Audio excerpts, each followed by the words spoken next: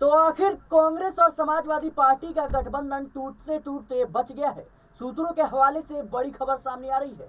माना जा रहा है कि गाजियाबाद और खैर सीट के बाद अब समाजवादी पार्टी सीधे तौर पर फूलपुर से अपना प्रत्याशी वापस लेगी और वो सीट कांग्रेस को सौंपी जाएगी। आपको बता दें कि खबर है कि रातों रात राहुल गांधी और अखिलेश यादव के बीच बात हुई है और बात हुई है उपचुनाव को लेकर। पहले खबर आ रही थी कि कांग्रेस पार्टी अब उपचुनाव नहीं लड़ेगी। जिस तरीके से समाजवादी पार्टी ने उसे नजरअंदाज करने का कोशिश किया, इसकी वजह से राहुल गांधी काफी ज्यादा निराश थे।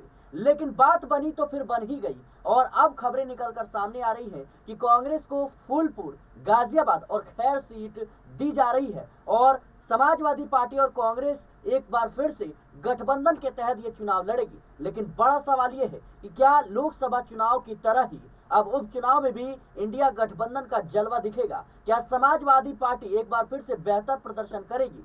क्योंकि ये उपचुनाव काफी ज्यादा मायने रखता है योगी आदित्यनाथ और समाजवादी पार्टी के लिए भी। अखिलेश यादव का आत्मविश्वास जरूर बढ़ा है लोकसभा चुनाव के बाद, लेकिन जिस तरीके से खबरें निकलकर सामने आ रही है कि एक बार फिर से गठबंधन जो है वो टूटते टूटते बच गई है। आपको याद होगा कि हरियाणा में हाल ही में जिस तरीके से कांग्रेस की हार हुई, माना जा रहा था कि कांग्रेस पार्टी ने जो सहयोगी दल है उनको नजरअंदाज किया, गठबंधन नहीं किया और हार की सबसे बड़ी वजह यही है। तो क्या उस हार के डर से अब अखिलेश यादव खौफ में आ गए हैं और अखिलेश यादव कहीं ना कहीं अपने तमाम सहयोगियों को साथ लेकर चलना चाहते हैं? बड़ा सवाल है। इस मुद्दे पर बातचीत करेंगे। हमारे साथ अमन सर मौजूद है। सर, कैसे देख रहे हैं आप जिस तरीके से खबरें निकलकर सामने आ रही थी कि कांग्रेस पार्टी और समाजवादी पार्टी का जो गठबंधन है वो टूटता हुआ नजर आ रहा है, अब लगभग टूट गया है, लेकिन अखिलेश यादव ने बड़ा दिल दिखाया और खुद आगे आए और कहीं ना कहीं फूलपुर सीट पर एक बार फिर से बड़ा दाव खेलने की तैयारी। कैसे देख रहे हैं? देखिए, बिल्कुल। और जिस तरह से कहा भी जाता है सिराज की जब तक साथ हैं तब तक खास हैं, और ये बात कहीं ना कहीं कांग्रेस पार्टी को भी याद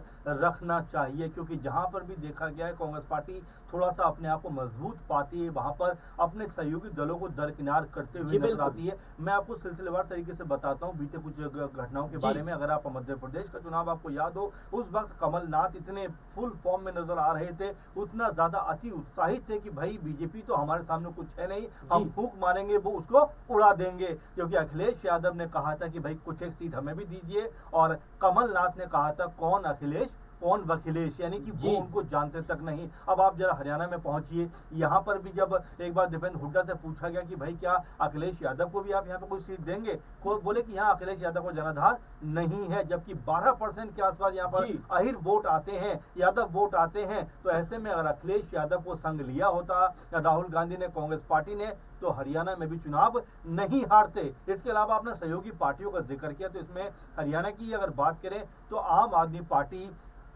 आखिर तक भी कहती रह गई कि भाई समझौता कर लो, समझौता कर लो। संजय सिंह ने लगातार बातें कही, लेकिन आपको याद होगा कि राहुल गांधी तो एग्री थे, लेकिन भूपेंद्र सिंह हुड्डा हो, रणदीप सुरजेवाला हो या शैलजा हो, तीनों के तीनों नाराज नजर आ रहे थे कि कांग्रेस पार्टी ये क्या कर रही है, हम तो इतने ताकतवर यहाँ पर हैं कि हमारे सामने बीजेपी अब कुछ भी नहीं है। लेकिन जब रिजल्ट सामने आते हैं तो कांग्रेस पार्टी को मुंह की खानी पड़ती है। आम आदमी पार्टी ने सब सीटों के ऊपर प्रत्याशी उतारे और लगभग 1.5 से 2% के आसपास उनको वोट मिला, और इसी वोट के चलते कांग्रेस पार्टी सत्ता से बाहर हो गई। अब यहाँ पर आप जिक्र करें उत्तर प्रदेश का, तो जाहिर बात है कि देखिए गलतियों से आदमी को सीखना चाहिए। मैंने शुरू में कहा जब तक साथ हैं तब तक खास है। आप देखिए उत्तर प्रदेश में 2024 में सब लोग ये कह रहे थे कि भाई ये जो गठबंधन है ये ठग गठबंधन है, इसमें कोई भी इनका अस्तित्व नहीं है, समाजवादी पार्टी यहाँ पर समाप्त हो जाएगी, कांग्रेस पार्टी एक भी सीट लेकर नहीं आ पाएगी। लेकिन यूपी के इन दो लड़कों ने, यानी कि राहुल गांधी और अखिलेश यादव ने जिस तरह से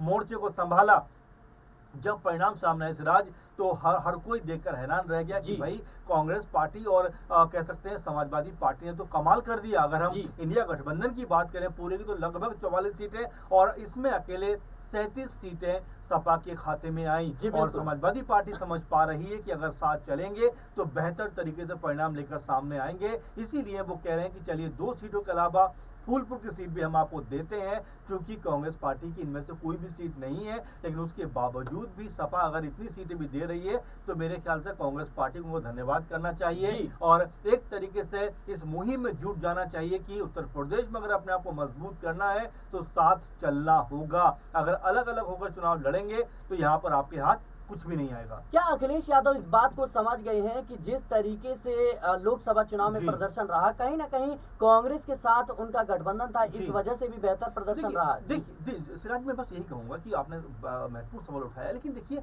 जो वोट बैंक अगर एक तरफ पड़े, आप देखिए मायावती की जरा बात करिए कि मायावती के खाते में 2024 में महज 8% वोट आया, यानी कि जो आजाद जब से कह सकते हैं एक्टिव हुए हैं, तो उन्होंने दलित वोट बैंक को ही टारगेट किया है। तो जब भी आप एक जैसे वोटों के ऊपर काम करते हैं, यानी कि मुस्लिम वोट की बात की जाए तो वो सपा के खेमे में भी है, कांग्रेस पार्टी के खेमे में भी है। अगर ओबीसी वोट बैंक की बात की जाए तो वो सपा के लिए भी है, कांग्रेस के लिए भी है। यानी पीडीए का जो नारा दिया वो कहने के दोनों पार्टियों पर जो अप्लाई होता है, तो इसी मकसद के तहत कांग्रेस और सपा साथ आए, और देखिए उसका रिजल्ट कितना बढ़िया निकलकर सामने आया कि जो बीजेपी अयोध्या में सबसे ज्यादा ताकतवर थी, वहां पर जो 60% का लगभग आंकड़ा बनता है, यानी कि अगर हम लगभग 15-16% मुस्लिम, इसके अलावा ओबीसी और दलित को जोड़ दें तो यहाँ 50 से 60% का आंकड़ा जो बनता है वो एक तरीके से कह सकते हैं कि सपा के या इंडिया गठबंधन के पक्ष में गया। इसीलिए अयोध्या में बीजेपी को हार का मुंह देखना पड़ा। अगर साथ मिलकर इस तरह चुनाव लड़ेंगे तो यहाँ बीजेपी के लिए सीटें जीतना मुश्किल हो जाएगा। जी बिल्कुल दर्शकों,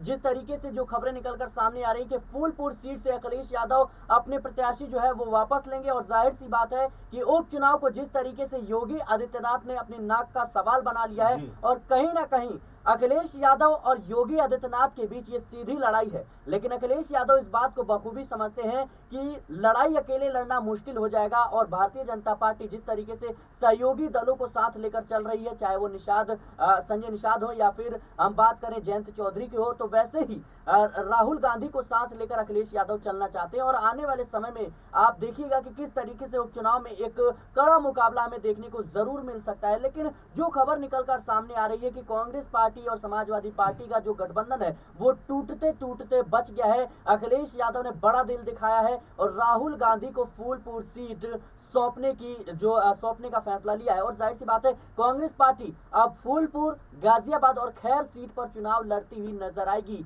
3 सीटों की मांग हमेशा से कांग्रेस पार्टी की रही है, और यही वो बड़ी वजह है कि समाजवादी पार्टी उन्हें 2 ही सीट देना चाहती थी। लेकिन जिस तरीके से खबरें निकलकर सामने थी कि अखिलेश यादव और राहुल गांधी के बीच जो बात हुई है, इसका नतीजा ये हुआ कि गठबंधन जो है वो तय हो चुका है। उपचुनाव में भी अब इंडिया गठबंधन जो है चुनाव लड़ता हुआ नजर आएगा। फिलहाल देखना होगा कि राहुल गांधी और अखिलेश यादव की जोड़ी क्या योगी आदित्यनाथ के सामने टिक पाती है, क्या उपचुनाव में जो इंडिया गठबंधन है वो अपना जीत का जलवा दिखा पाता है, ये सबसे बड़ा सवाल है। फिलहाल आपकी क्या कुछ राय है इस रिपोर्ट को लेकर हमें कमेंट बॉक्स में जरूर बताएं। देश और दुनिया की तमाम खबरों के लिए बने रहे नेक्स्ट 9 पॉलिटिकल बाइट के साथ।